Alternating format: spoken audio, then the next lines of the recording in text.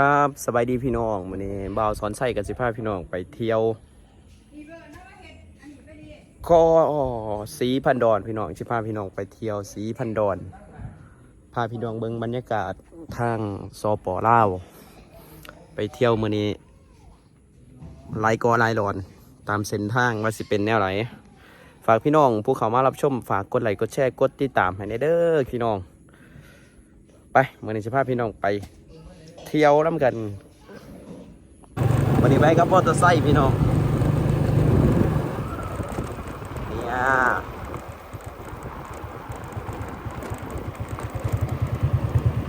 โอ้โอ้โอ้โอ้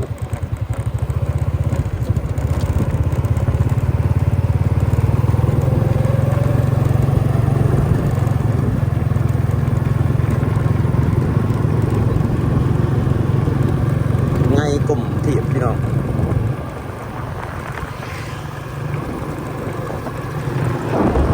นี่จะเป็นวัดนะพี่น้องเป็นวัดพุทธศาสนาทางสปลาว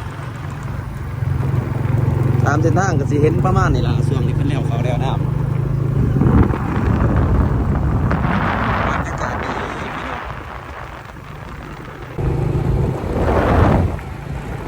สายเดียวพี่น้องสายเดียว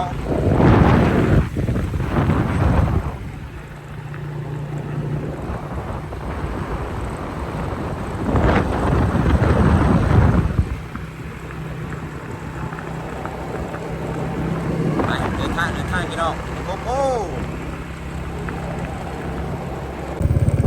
มาจากเมืองมลประโมงพี่น้องกะเสร็จเขาท่าน้ำมาในลงขวางเมื่อหลังจากนั่งรถมาประมาณ20 นาทีประมาณ20 นาทีพี่น้องประมาณ20 นาทีจะมาขามจากบ้านหัวย่างไปบ้านหัวโขงบ้านนี้แต่สิมีทาขามอยู่นี่เนาะพี่น้องเนาะก็สิเป็นทาขามเพื่ออยู่นี่เป็นจุดขามเพื่ออยู่นี่ขามนี่บอลลุงกดขามเพื่อพี่น้องนี่อันนั้นจะเป็นเพื่อใหญ่เพื่อใช้รถใหญ่ขามรถนับตั้งแต่รถกระบะจนหอดรถ12 ล้อแต่ว่านี่จะเป็นเพื่อขับมอเตอร์ไซค์พี่น้องไว้ทั้งในได้บ่พี่น้องเลยเดี๋ยวเอารถลงเพื่อก่อนไหวเสียวเสียว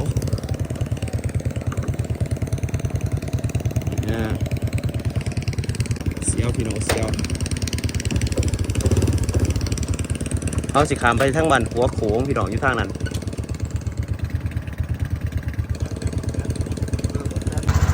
หลังจากนั่งรถมาขามจากเบื้องนั้นพี่น้องบากเบื้องหัวย่างกับหัวโขงจะมีพี่น้องคนหุ่นจักบาสอนอยFCพี่น้อง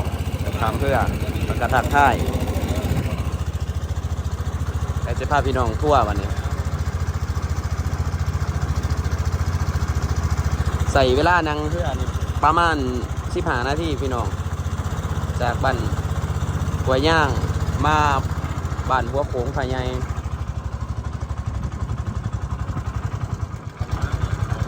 บรรยากาศซอฟต์ปลาวพี่น้องเดี๋ยวรถขึ้นแล้วก็จ่ายเงินเพิ่นก่อนค่าขามก็ตกอยู่ประมาณ20 กว่าพันประมาณ100บ่ได้เฮ็ดเลยมันบ่อน้ำบ่ได้อันนี้นะ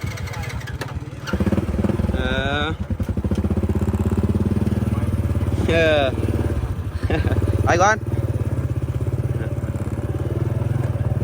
มาให้พี่น้องมาอีกหาบางหัวโขงเมืองโขงแขวงจำปาสักเดี๋ยวถ่ายบรรยากาศรอบๆให้พี่น้องเบิ่ง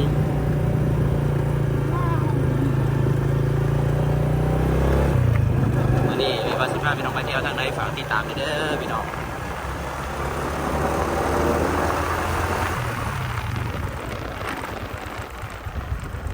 ตะไซสายแว้น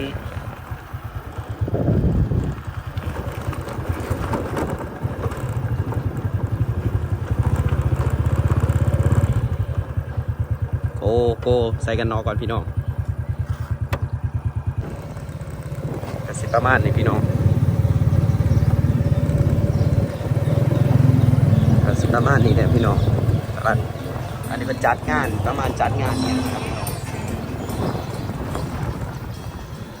แต่ว่าตอนนี้บ่าวสอนใส่สิไปหากินเขาก่อนพี่น้องขี่รถกับเพิ่นสิขี่เบื้องนี้เด้เพิ่นบ่คือทางประเทศไทยเด้พี่น้องไปหากินเขาก่อนเด้อบัดนี้อันนี้เป็นทางลงมาทางลงมาดอนขะเมานี่จะเป็นทางลงมาดอนขะเมาพี่น้องนี่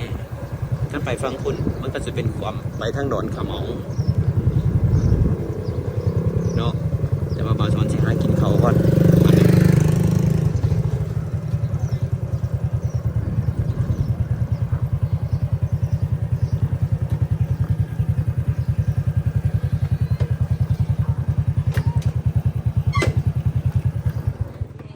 เฮ็ดเฟยเนี่ย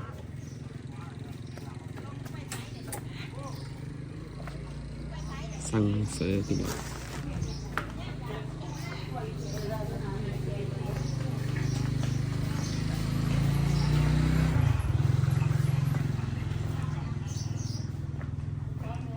สั่งอาหารพี่น้องสั่งเฟยกินเฟยกินง่ายๆ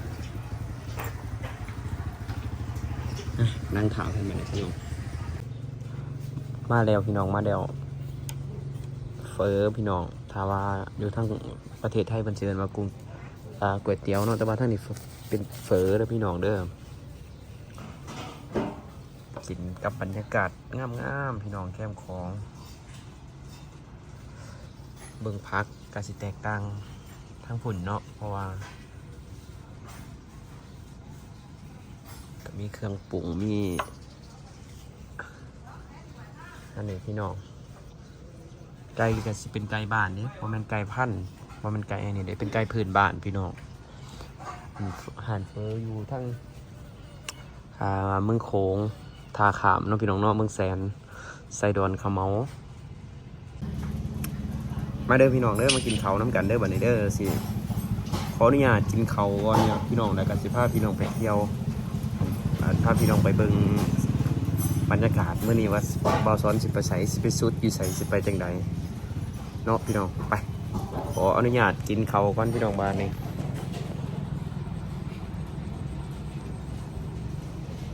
ระวังดอนโขงกับบัญหานอกเส้นทางนี่ก็จะมีสะพานขามมีขัวขามน้ำพี่น้อง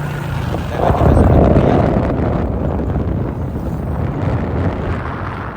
เรียนของเราเรียนปัญหา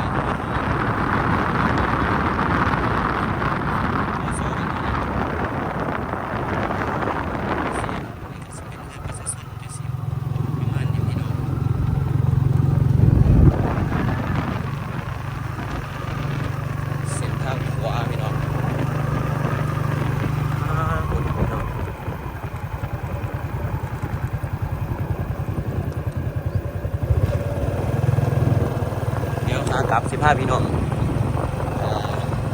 มาเบิ่งเนาะคุณ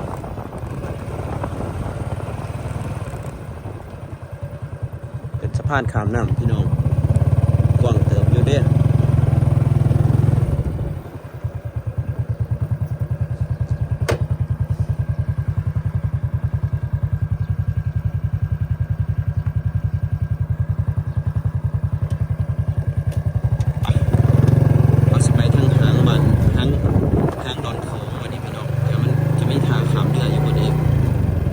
เขาโค้งแข็งแรงแกสาวเลย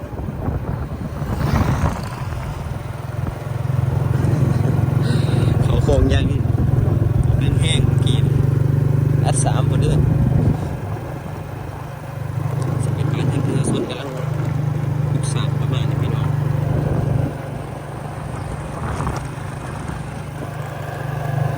เป็นคึกคักเด้อพี่น้องเด้อพอดีนี่เป็นบ้านใหญ่พี่น้องเป็นบ้านใหญ่หลายบ้านหลายวัด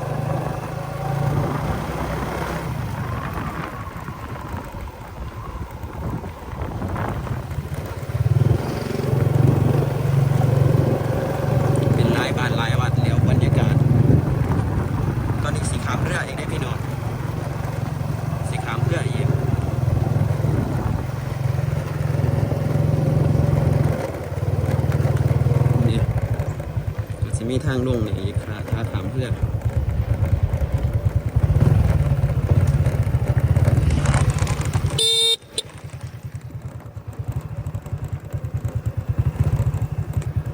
เป็นกำลังออกไปพี่น้อง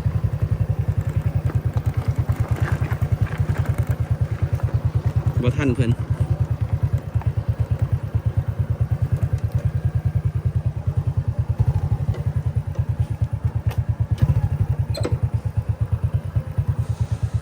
นี่พี่น้องบรรยากาศ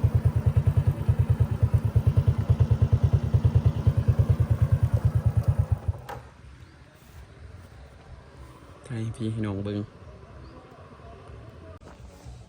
พาพี่น้องยังมาเบิ้งน้ำบัดนี้ใสได้พี่น้องน้ำใส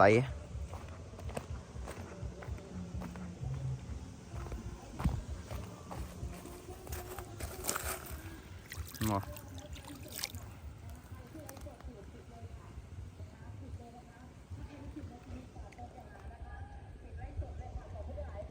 น้ำใส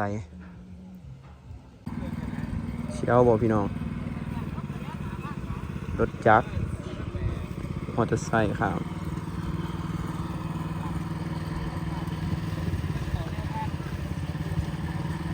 โอ้ตามมาแต่คน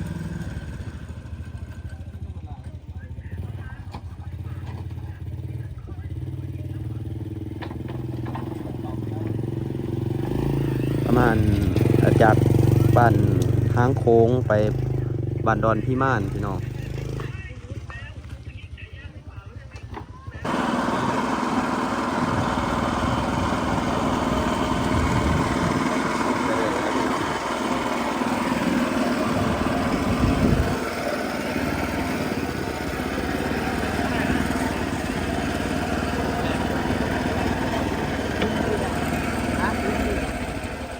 ดอกที่สอง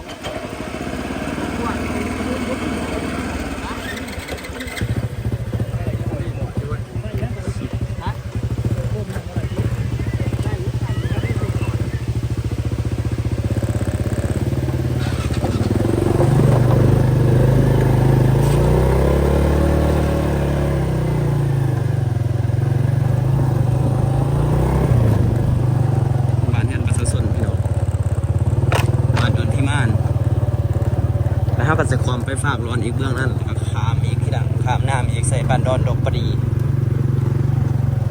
จะเป็นคุกคักไม่ได้พี่น้องเด้อมันสิเต้นเนี่ยว่าเขาสอนกับเธอกล่องมือหนึ่งจะสิ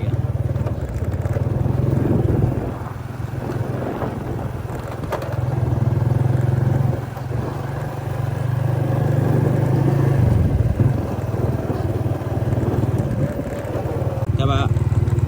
ท่าขามจะขี่หาท่าขามนำอยู่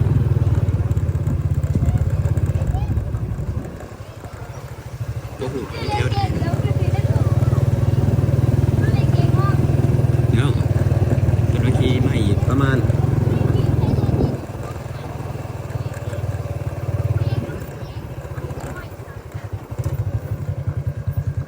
ไอ้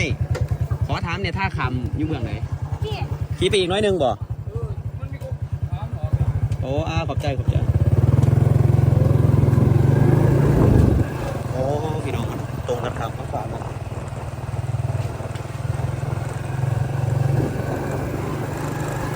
ขาขามพี่น้อง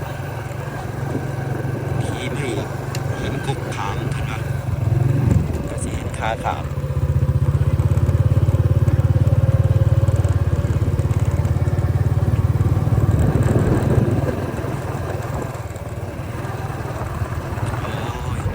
ขามใหญ่พี่น้อง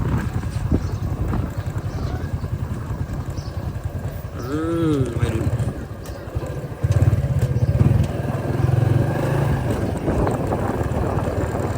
โอ้ยเฉย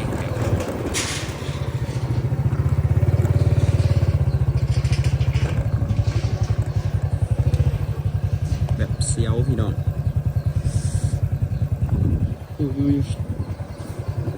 ชุด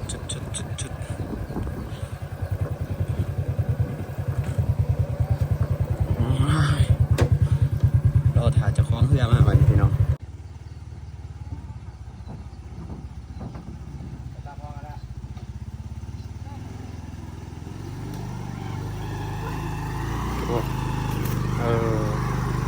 เก่งพี่น้อง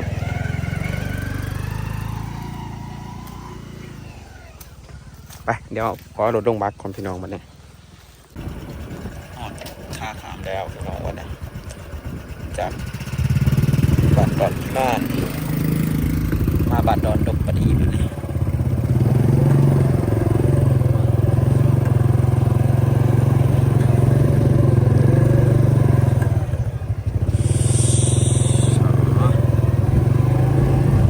เป็นดงเรียนพี่น้องดงเรียนหัวบ้านดงปดี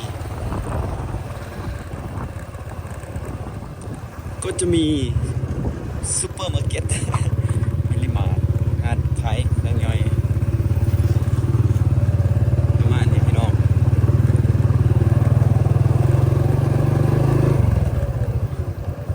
มายามพี่น้อง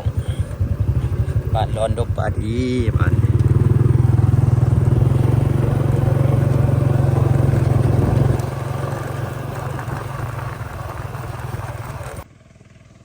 แม่พี่น้องเดินทางมา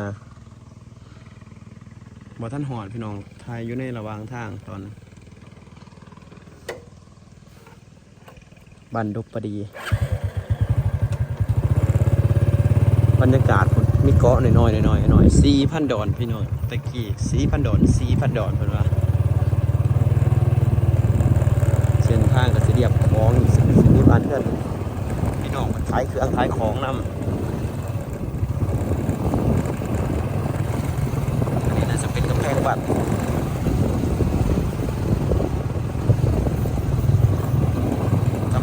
พี่น้องวัดหนึ่งนี่พี่น้องบรรยากาศแบบโอ้โห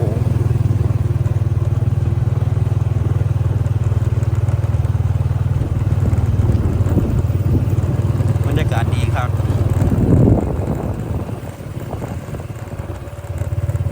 ที่รอน้ำบานไปสิพี่น้องเพราะว่าขาบมากกับหลายหมองแล้วพี่น้อง3 หมองขาบมากแล้วเขาเดียวน้ำครับมันก็ปล่อยแบบนี้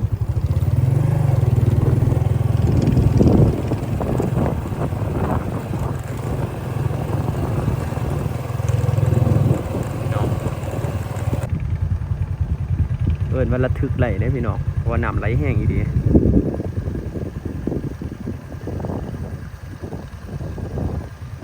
คนนะ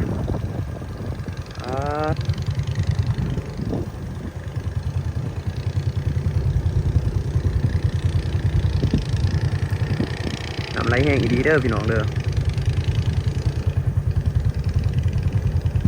เล็กหน่อยครับเพื่ออีก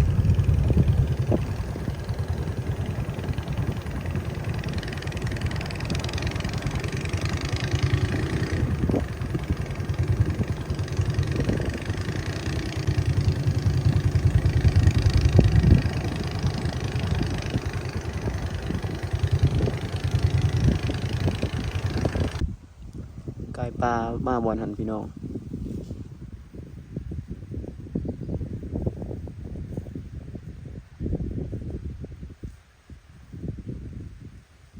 ยังร้อน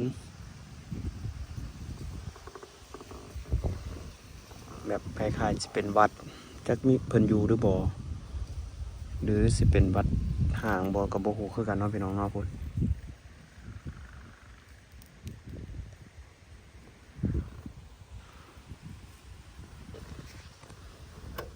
ยังร้อน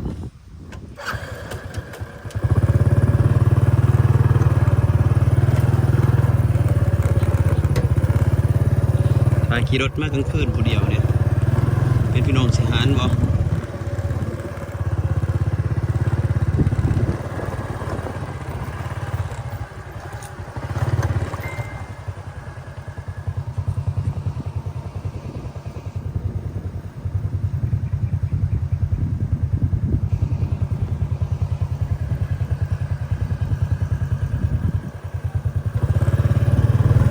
ติดแคมป์ของ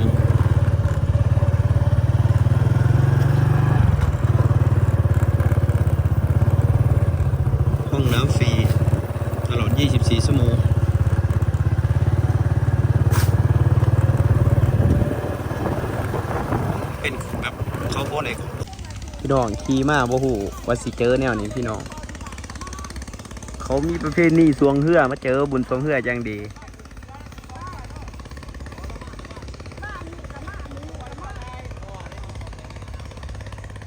แม่ลักไส้เขาอยู่บนใดแม่ลักไส้เขาอยู่บนใดลักไส้เขาลักไส้อยู่เทิงคุณบ่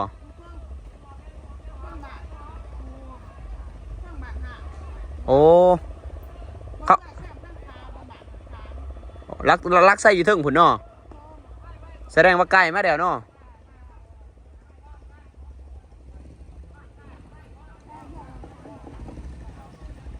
เขาไกลมากพี่น้องเพราะว่าเขาแดนทางในเมื่อกี้นี่เดี๋ยวสิพาพี่น้องกลับไปเบิ้งสวงเพื่อ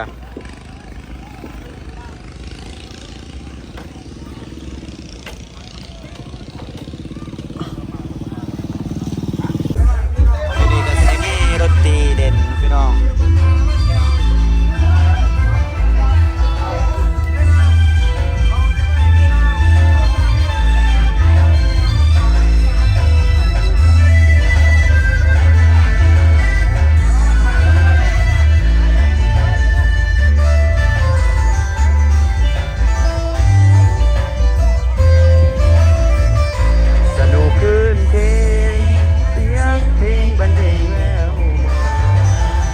นี่ก็สิมาแห้ง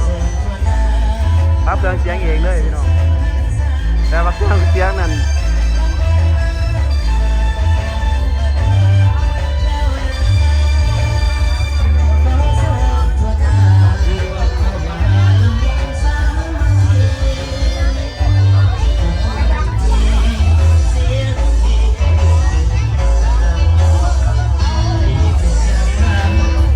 ทางแข่งเรือเนาะพี่น้องเนาะจะประมาณนี้แหละพี่น้อง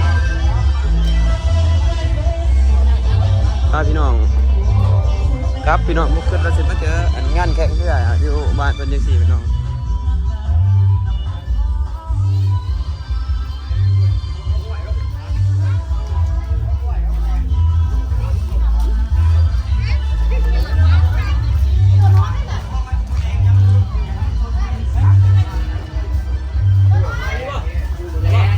ปิดไปซะเพียงนั้น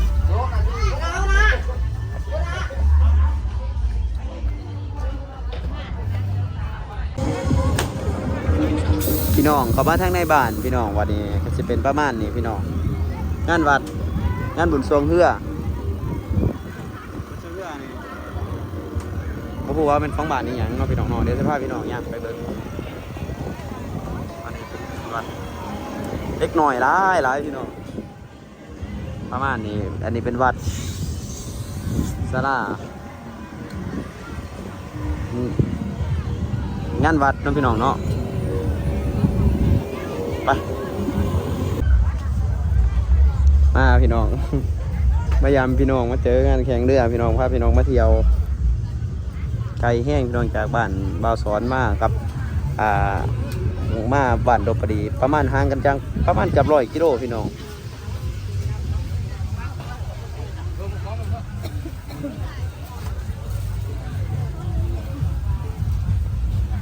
ประมาณนี้พี่น้องร้านค้าร้านขายเครื่องก็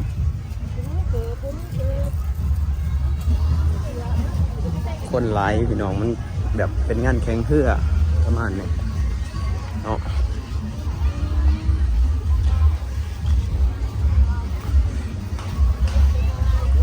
จะไปเฮ็ดปืนเลยครับอาวุธคล้ายแบบ อันนี้เลยพี่น้องอาวุธพี่น้องย่างไปทางนี้ครับสวัสดีพี่น้องตอนนี้เบาสอนไส้กะมาอยู่ในงานพี่น้องตอนนี้เนาะพาพี่น้องเที่ยวงานเทศกาลของงานแข่งเรือพี่น้องเบิ่งบรรยากาศต่าง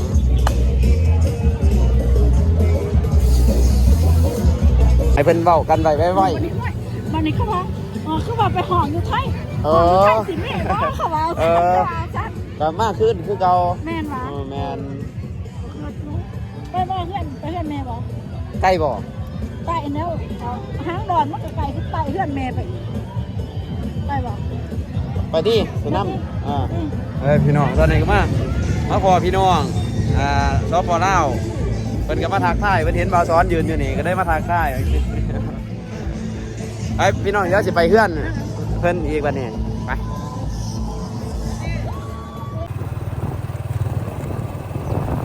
ขี่รถมาเรื่อยๆพี่น้อง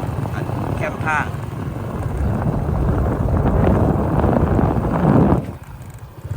เป็นประมาณนี้นะพี่น้องแบบอยู่แบบพื้นบ้านเฮา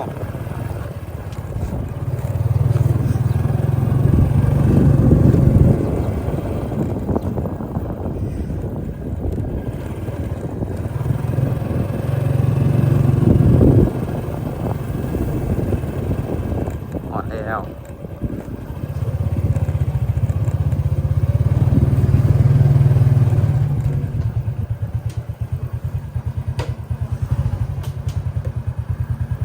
โอ้ยพี่น้องหอดแล้ววันนี้เดี๋ยวขออนุญาตหมอดรถก่อน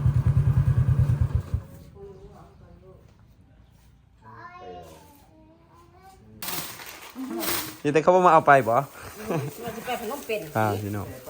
ปลามาฝากพี่น้องซื้อปลามาฝาก โซ่กันเยอะสิไปค่ะโซ่กันอยู่สิไป โอ้ เองมันแค่บอกจะอันนี้